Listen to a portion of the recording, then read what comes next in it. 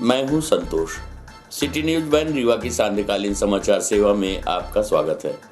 प्रस्तुत हैं आज के मुख्य समाचार। कांग्रेस की जन आक्रोश रैली में शामिल हुए पूर्व सीएम कमलनाथ, भाजपा पर साधा निशाना, कहा मंदिर मस्जिद से जाने से नहीं बनते उद्योग। मध्य प्रदेश के पूर्व मुख्यमंत्री तथा प्रदेश कांग्रेस कमेटी के अध्यक्ष कमलनाथ आज एक दिवसीय प्रवास पर रीवा पहुंचे। रीवा के मनगमा में आयोजित सभा में शामिल हुए और सभा को संबोधित किया। इस दौरान पूर्व नेता प्रतिपक्ष अजय सिंह राहुल, पूर्व मंत्री लखन घनघोरिया, युवा कांग्रेस प्रदेश अध्यक्ष विक्रांत भूरिया सहित जिले भर के नेता उपस्थित रहे। बता दें कि रीवा के मनगमा में कांग्रेस पार्टी द्वारा आज एक विशाल जनसभा व आक्रोश रैली का आयोजन किया गया था, जिसमें मुख्य अतिथि के रूप में मध्य प्रदेश के पूर्व मुख्यमंत्री कमलनाथ ने शिरकत की। पूर्व मुख्यमंत्री कमलनाथ ने लोगों को संबोधित करते हुए कहा कि ये हमारा देश संस्कृति का देश है। अपने देश एक झंडे के नीचे खड़ा है। यहाँ कई जाति है, कई धर्म है, कई त्यौहार मनाए जाते हैं, कई रस्में होती हैं, लेकिन ऐसा कोई देश नहीं है जहाँ इतनी विभिन्नता हो। ये हमारे देश की संस्कृति है। यही कांग्रेस की संस्कृति है जो हर धर्म हर वर्ग को जोड़कर रखती है। उन्होंने कहा कि बाबा भीमराव अंबेडकर ने एक अच्छा संविधान बनाया जो पूरे विश्व में चर्चित है। ऐसा संविधान जो देश के हर वर्ग, हर जाति, हर व्यक्ति की रक्षा के लिए बना, लेकिन ये संविधान अगर गलत हाथों में चला गया तो देश खतरे में आ जाएगा। उन्होंने कहा कि हमारी संस्कृति पर आक्रमण किया जा रहा है, हमें एकजुट होना पड़ेगा। उन्होंने कहा अब ये आपको तय करना है कि आप मोदी के रास्ते पर चलते हैं या संस्कृति के रास्ते पर। उन्होंने मध्य प्रदेश की भारतीय जनता पार्टी की सरकार पर आरोप लगाते हुए कहा कि प्रदेश की तस्वीर आपके सामने 15 साल बाद कांग्रेस की सरकार बनी थी, लेकिन मुख्यमंत्री शिवराज सिंह ने ऐसा प्रदेश कांग्रेस के हाथ में सौंपा था जो बेरोजगारी में नंबर 1 था, जो किसान आत्महत्या में नंबर 1 था, जो भ्रष्टाचार में नंबर 1 था, महिला अपराध में नंबर 1 था। लेकिन फिर भी हमने शुरुआत की, हमने अपनी नीति और नीयत का परिचय दिया, किसानों के कर्ज माफ किए, गौशालाएं बनवाई। क्या ये मैंने गलती की? उन्होंने कहा नौजवानों का भविष्य अब अंधकार में, ऐसे में देश का निर्माण कैसे होगा। प्रस्तुत है पूर्व मुख्यमंत्री कमलनाथ से प्राप्त जानकारी के अंश। 27 लाख किसानों का कर्जा माफ हुआ। ये मेरे आंकड़े नहीं है, ये शिवराज जी जो चिल्लाते रहते थे कोई कर्जा नहीं माफ हुआ, उनको ये आंकड़े विधानसभा में पेश करने पड़े। 27 लाख किसानों का कर्जा हमने माफ किया। बिजली की बात हुए, हमारे गौशाला की बात हुए, मैं बड़ा दुख हुआ सुन के कि यहाँ 50 हमारे गौ माता की लाश मिली। देखते 15 साल में गौशाला नहीं बने, हमने 11.5 महीने में गौशाला बनाए। ये हमारी भावनाओं की बात थी। कौन सी गलती करी मैंने, कौन सा पाप मैंने किया, कौन सा गुनाह मैंने किया जब किसानों का कर्जा माफ किया? कौन सा पाप मैंने किया कि बिजली 100 रुपए 100 यूनिट के दी? सबसे बड़ी चुनौती हमारे नौजवान की थी। आज यही सबसे बड़ी चुनौती है हमारे सामने। किसानों की तो है, पर आज का नौजवान जो हमारे प्रदेश का निर्माण करेगा, हमारे विंध्य का निर्माण करेगा भविष्य में, अगर इसका भविष्य अंधेरे में रहा तो कैसा निर्माण होगा हमारे विंध्य का और मध्य प्रदेश का? आज के नौजवान और 20 साल पहले के नौजवान में बहुत अंतर है। आज का नौजवान कोई ठेका नहीं चाहता, कमीशन नहीं चाहता, वो तो व्यवसाय का मौका चाहता है। उसमें ये तड़प है, उसको रोजगार का मौका बने। अभी कहा गया यहाँ उद्योग आए, उद्योग कैसे आएंगे? कोई मंदिर या मस्जिद में जाने से उद्योग नहीं बनते, उद्योग नहीं आएगा जब तक एक विश्वास का वातावरण ना हो। आज जो तमिलनाडु में अपना सामान बेचता है, केरल में अपना सामान बेचता है, उसके कारखाने पंजाब में लगे हैं। हमारा प्रदेश तो 5 प्रदेशों से घिरा है। मध्य प्रदेश क्यों नहीं आते? क्योंकि उनको मध्य प्रदेश में विश्वास नहीं। मैंने शुरुआत करी थी कि मध्य प्रदेश की एक नई पहचान बने, मध्य प्रदेश की एक नई पहचान बने। माफिया के विरोध हमने युद्ध शुरू किया, शुद्ध का युद्ध शुरू किया, ताकि मध्य प्रदेश में सबको विश्वास हो और निवेश आए। हमारी शासकीय योजनाएं जो है, जिनमें सब पैसा भ्रष्टाचार पे चला जाता है, आज हमारे नौजवान उसका फायदा नहीं उठा सकते। ये आज तस्वीर हमारे सामने है। हमने प्रयास किया था। रीवा से भाजपा सांसद जनार्दन मिश्रा का एक बार फिर बिगड़े बोल आए सामने। कचरा डस्टबिन में आग लगाने वाले को फांसी देने की बात कही। दरअसल एशिया के सबसे बड़े सीएनजी गोवर्धन प्लांट का देश के प्रधानमंत्री द्वारा वर्चुअल लोकार्पण किया गया था। रीवा के नगर निगम में कार्यक्रम आयोजित किया गया था, जहां पर सांसद जनार्दन मिश्रा ने जनता को संबोधित करते हुए ये बात कही है। आपको बता दें कि मध्य प्रदेश के इंदौर में एशिया के सबसे बड़े सीएनजी गोवर्धन प्लांट का शुभारंभ हुआ है। देश के प्रधानमंत्री नरेंद्र मोदी ने वर्चुअली तरीके से इसका लोकार्पण किया। रीवा के नगर निगम के हॉल में भी इसका सजीव प्रसारण किया गया था। साथ ही आज नगर निगम रीवा में बन चुके प्रधानमंत्री आवास की लोगों को चाबियां वितरित की गई। साथ ही जिन लोगों का लोन सैंक्शन हुआ था उनमें चेक प्रदान किया गया है। वहीं इस कार्यक्रम के दौरान रीवा सांसद जनार्दन मिश्रा के एक बार फिर बोल बिगड़ते दिखाई दिए। उन्होंने कहा कि जो लोग कचड़े में आग लगाते हैं उन्हें जीने का कोई अधिकार नहीं है, ऐसे लोगों को फांसी दे देनी चाहिए। उन्होंने कहा कि डस्टबिन में आग लग जाना या लगा देने से बड़ा कोई दुर्भाग्य नहीं है। हो सकता है जो लोग इस तरह का सोचते हैं उन्हें फांसी दे देनी चाहिए। जो लोग सरकार के काम में और स्वच्छता के काम में बाधा डालते हैं उन्हें जिंदा रहने का अधिकार नहीं है। मेरा ऐसा मानना है कि किसी को अच्छा लगे या नहीं, अपने बयानों को लेकर वैसे रीवा सांसद जनार्दन मिश्रा अक्सर सुर्खियों में रहते हैं। इसके पहले भी उनका कई विवादित बयान सामने आ चुका है। यह सोचता है कि राजेंद्र शुक्ला सर कहते हैं तो लोगों के माथे सरवा नहीं होगा, हमारे माथे सोचता है कि हम कहते हैं तो हमारे माथे नहीं होगा। कोई जब जनता सहयोग करी तब।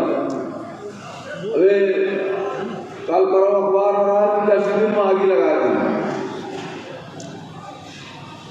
एक डस्टबिन में हो या दूसरे डस्टबिन में हो, लेकिन दो डस्टबिन में आग लगा देना ये या कि आग लग जाना, ऐसे बड़ा दुर्भाग्य कुछ हो ही नहीं सके। कुयोग आए जे लोग यह मेरे सोच रहे हैं और इनका फांसी देने चाहिए। ऐसे ने लोगों का जिंदा रहा का अधिकार नहीं है। ऐसे ने लोगों का जे सरकार के काम में यह मेरे बाधा डाला, सरकार के काम में, स्वच्छता के काम में जो डस्टबिन के तोड़ फोड़ करते हैं, ऐसे ने लोगों का जिंदा रखने का अधिकार नहीं है, जिंदा रहा का अधिकार नहीं है। हम तो ये मेरे मानी थे, चाहे को लीक लगे चाहे ना लगे। सामूहिक दुष्कर्म के आरोपियों को आजीवन कारावास की सजा। बीमार मां के लिए दवाई लेकर लौटते समय घटी थी घटना। आपको बता दें कि न्यायालय ने बालिका के साथ सामूहिक दुष्कृत्य किए जाने के मामले में आरोपियों को अलग अलग धाराओं के तहत आजीवन कारावास की सजा सुनाई है। साथ ही उन्हें 20,000 रुपए के अर्थदंड से भी दंडित किया है। मामले के संबंध में लोक अभियोजन कार्यालय के सहायक मीडिया प्रभारी अशोक प्रियदर्शी एडीपीओ ने बताया, ये घटना दिनांक 15 जून 2018 की है। सुबह बालिका अपनी बीमार मां के लिए दवाई लेने के लिए बाजार गई थी। जब वह बाजार से घर वापस लौट रही थी तभी अभियुक्त गण उसे पकड़कर आम के पेड़ के नीचे लौर थाना क्षेत्र ले गए। वहीं पर सामूहिक दुष्कृत्य किया। घटना की रिपोर्ट लौर थाने में दर्ज कराई गई थी। पुलिस ने अपराध पंजीबद्ध कर विवेचना उपरांत मामला अनुसूचित जाति जनजाति की सदस्य होने एवं आरोपी अनुसूचित जाति जनजाति के सदस्य न होने के चलते अभियुक्त गणों के खिलाफ पॉक्सो अधिनियम, ST/SC अधिनियम एवं भारतीय दंड संहिता की धाराओं के तहत अभिलेख पत्र न्यायालय में पेश किया गया है। शासन की ओर से पैरवी करते हुए विशेष लोक अभियोजक रविंद्र सिंह द्वारा प्रस्तुत किए गए साक्ष्यों एवं तर्कों से सहमत होते हुए विशेष न्यायाधीश पॉक्सो महिमा कछुआ ने आरोपी संतोष सोनी, शिवानंद उर्फ अंतु कचेर, रामजी भुजवा सभी निवासी रघुनाथगंज लौर को आजीवन कारावास की सजा सुनाई है। सीएम हेल्पलाइन का लोग कर रहे दुरुपयोग। श्यामशाह मेडिकल कॉलेज के चिकित्सक को मिली धमकी, कहे अपशब्द। आपको बता दें कि मध्य प्रदेश सरकार द्वारा सीएम हेल्पलाइन 181 में लोगों की शिकायत दर्ज कर निराकरण किया जाता है। वहीं कुछ ऐसे लोग भी हैं जो इसका दुरुपयोग कर रहे हैं। कुछ इसी तरीके का मामला रीवा के श्यामशाह मेडिकल कॉलेज से सामने आया है, जहां सीएम हेल्पलाइन में लेवल 2 की शिकायतों के निराकरण के लिए पदस्थ सहायक प्राध्यापक डॉक्टर चक्रेश जैन से फोन पर अभद्रता की गई है। 17 फरवरी की शाम 6:30 बजे उनके निजी मोबाइल नंबर पर 808007 से कॉल आया, जिस पर नोडल अधिकारी के लिए पूछा गया एवं जब उन्होंने कहा कि नोडल अधिकारी मैं नहीं हूं, आप कल सुबह 11 बजे कॉल करिएगा। इस पर आरोपी द्वारा गाली गलौज करते हुए अभद्रता से बात करने लगा। ये कोई पहली बार नहीं है जब इस तरीके की घटना घटी हो। पूर्व में भी सीएम हेल्पलाइन अंतर्गत शिकायतकर्ता द्वारा इस तरीके की अभद्रता की जा चुकी है। घटना से व्यथित डॉक्टर चक्रेश जैन ने medical college dean doctor Manoj Indulkar से शिकायत कर वैधानिक कार्रवाई की मांग की थी, जिसके बाद रीवा संजय गांधी अस्पताल के उपाधीक्षक डॉक्टर यत्नेश त्रिपाठी द्वारा अमैया थाने में इस घटना से संबंधित शिकायती आवेदन दिया गया है। फिलहाल पुलिस ने मामला दर्ज कर लिया है और जाँच शुरू कर दी है। प्रस्तुत है थाना प्रभारी अमैया शिव अग्रवाल से प्राप्त जानकारी के अंश। किसी डॉक्टर को जान से मारने की धमकी का कुछ मामला है? मामला ये है, संजय गांधी अस्पताल के सीएमओ हैं डॉक्टर यत्नेश त्रिपाठी, उन्होंने शिकायत की है कि उनके जो डॉक्टर सीएम हेल्पलाइन का पोर्टल देखते हैं, डॉक्टर चक्रेश जैन, वो किसी मामले में किसी फरियादी ने उनको फ़ोन किया था और बात करने के दौरान उन्होंने अपशब्द का प्रयोग करना शुरू कर दिया, गाली गलौज शुरू कर दी, जिसकी शिकायत पर जो है थाना अमैया में मामला पंजीबद्ध किया गया है और उसके आरोपी के विरुद्ध जांच की जा रही है कि कौन है वह व्यक्ति। प्राइवेट नौकरी छोड़कर खेती को बनाया आय का स्रोत, आज सालाना कमा रहे 14 लाख। आपको बता दें कि रीवा जिले के बैकुंठपुर के पिपरी गांव के रहने वाले किसान अरुण प्रसाद द्विवेदी ने प्राइवेट नौकरी छोड़कर मधुमक्खी पालन का व्यापार शुरू किया, जिससे उनकी किस्मत बदल गई। मधुमक्खियों से निकलने वाले शहद को बेचकर किसान हर साल करीब 14 लाख रुपए कमा रहे हैं। इस व्यवसाय को करने के फैसले ने उनके जीवन में काफ़ी बदलाव लाया और वो अब इससे अच्छा मुनाफा भी कमा रहे हैं। अरुण इसको आगे बढ़ाते हुए शहद प्रोसेसिंग प्लांट भी शुरू किया है, जो जिले का पहला और प्रदेश का दूसरा प्लांट है। इसको शुरू करने में प्रशासन का अहम योगदान है। आपको बता दें कि किसान अरुण 2017 में कृषि विज्ञान केंद्र के संपर्क में आए, जहां से उन्होंने मधुमक्खी पालन का प्रशिक्षण प्राप्त किया, जिसके बाद 30 बॉक्स से मधुमक्खी पालन की शुरुआत की। उसके बाद पहले ही साल में इससे निकलने वाले शहद से काफ़ी आमदनी हुई। 30 बॉक्सों से शुरू हुआ सफ़र आज 125 बॉक्सों तक पहुंच चुका है। इससे अच्छा खासा मुनाफा भी हो रहा है। 1 किलो शहद 400 रुपये में बेचते हैं। शहद के क्षेत्र में जिले का नाम रोशन करने वाले अरुण ने अब अपना खुद का प्लांट भी शुरू कर दिया है और लोगों को प्रशिक्षण भी दे रहे हैं। इसको शुरू करने में प्रशासन का अहम योगदान रहा। प्रशासन के सहयोग से उद्यानिकी विभाग के प्रधानमंत्री सूक्ष्म खाद्य उद्यम योजना के तहत इनको शुरू किया गया था, जिससे अरुण को उद्यानिकी विभाग द्वारा 17,50,000 का लोन भी मिला है। ये जिले का पहला और प्रदेश का दूसरा शहद प्रोसेसिंग प्लांट है। पहला प्लांट बालाघाट में है और दूसरा रीवा जिले के पिपरी गांव में शुरू हुआ है। इसको शुरू करने के पीछे उनका उद्देश्य यही है कि वो शहद के क्षेत्र में अपने ज़िले का नाम देश में रोशन करना चाहते हैं और ज़्यादा से ज़्यादा लोगों को इससे जोड़ना चाहते हैं। अरुण इस व्यवसाय में अभी 11 लोगों को रोजगार दे चुके हैं। उनका उद्देश्य है कि वो ज़्यादा से ज़्यादा लोगों को रोजगार भी दे। आइए सुनते हैं किसान अरुण प्रसाद द्विवेदी से प्राप्त जानकारी के अंश। कैसे आपके दिमाग में आया? जी हाँ, एक्चुअली क्या है कि मैं 2017 में कृषि विज्ञान केंद्र रीवा के माध्यम से नेशनल बी बोर्ड के पुलकित श्रीवास्तव जी के माध्यम से ट्रेनिंग प्राप्त किया था KVK रीवा से 2017 में।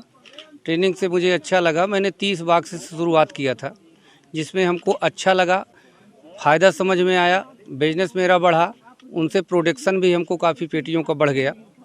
इसको लगातार मैं निरंतर करना चालू किया। अब एक बात ये फंसती थी कि जो हमारा रॉ मटेरियल निकलता था शहद, या हम ट्रेडर्स को देते थे या कच्चा शहद ज़्यादा दिन रखने से बेकार होता था। तो इस प्लान में मैं आया कि मैं प्रोसेस प्लांट ही क्यों ना डाल दूं। खोजते खोजते हमारा UBI बैंक के माध्यम से, उद्यानिकी के माध्यम से, और हमको लोन प्राप्त हुआ 17.5 लाख का, जिसमें हमने आज दिनांक को अपने प्लांट का उद्घाटन किया, जिसमें मध्य प्रदेश का ये हमारा दूसरा प्लांट है। पहला प्लांट है बालाघाट में, दूसरा मध्य प्रदेश का प्लांट हमारे ग्राम पिपरी में है। कितना शहद अब तक आपने इससे प्राप्त किया होगा? अब तक आप ये समझिए सर कि ईयरली का लगभग हमारा पूरा 14 लाख का प्रॉफिट का मेरा कुल शहद निकलता है, जिसमें क्या अनुमान है कितना? और मेरी संख्या अभी इस समय 150 पेटियाँ चल रही हैं, जिसमें अभी हमारा लक्ष्य है कि हम इनको बढ़ा के 250 पौने 300 तक ले जाएंगे। तो इससे हम 20 से 25 लाख पर ईयर का। कितने लोगों को रोजगार दिया इसमें हम 11 लोगों को रोजगार दिए हैं सर वर्तमान में। जैसे जैसे मेरे बॉक्सेज बढ़ेंगे वैसे वैसे मैंने रोजगार प्रदान करूंगा। और युवाओं को क्या संदेश देना चाहेंगे? युवाओं को मैं ट्रेनिंग के माध्यम से उनको भी ये सुझाव देना चाहता हूं कि इसमें आप आएँ और अच्छे से कार्य करें।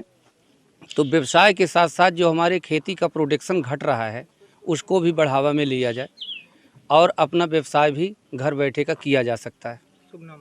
अरुण प्रसाद द्विवेदी, ग्राम पिपरी।